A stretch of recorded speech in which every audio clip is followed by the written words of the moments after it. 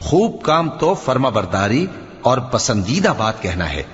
پھر جب جہاد کی بات پختہ ہو گئی تو اگر یہ لوگ اللہ سے سچے رہنا چاہتے تو ان کے لیے بہت اچھا ہوتا۔ سو اے منافقو، عجب نہیں کہ اگر تم حاکم ہو جاؤ تو ملک میں خرابی کرنے لگو اور اپنے رشتوں کو توڑ ڈالو۔ یہی لوگ ہیں جن پر اللہ نے لعنت کی ہے اور ان کے کانوں کو بہرا اور ان کی آنکھوں کو اندھا کر دیا ہے۔ بھلا یہ لوگ قرآن میں غور نہیں کرتے یا ان کے دلوں پر قفل پڑے ہیں؟ جو لوگ راہ ہدایت ظاہر ہونے کے بعد پیٹ پھیر گئے، شیطان نے یہ کام ان کو اچھا کر کے دکھایا اور انہیں لمبی عمر کا وعدہ دیا۔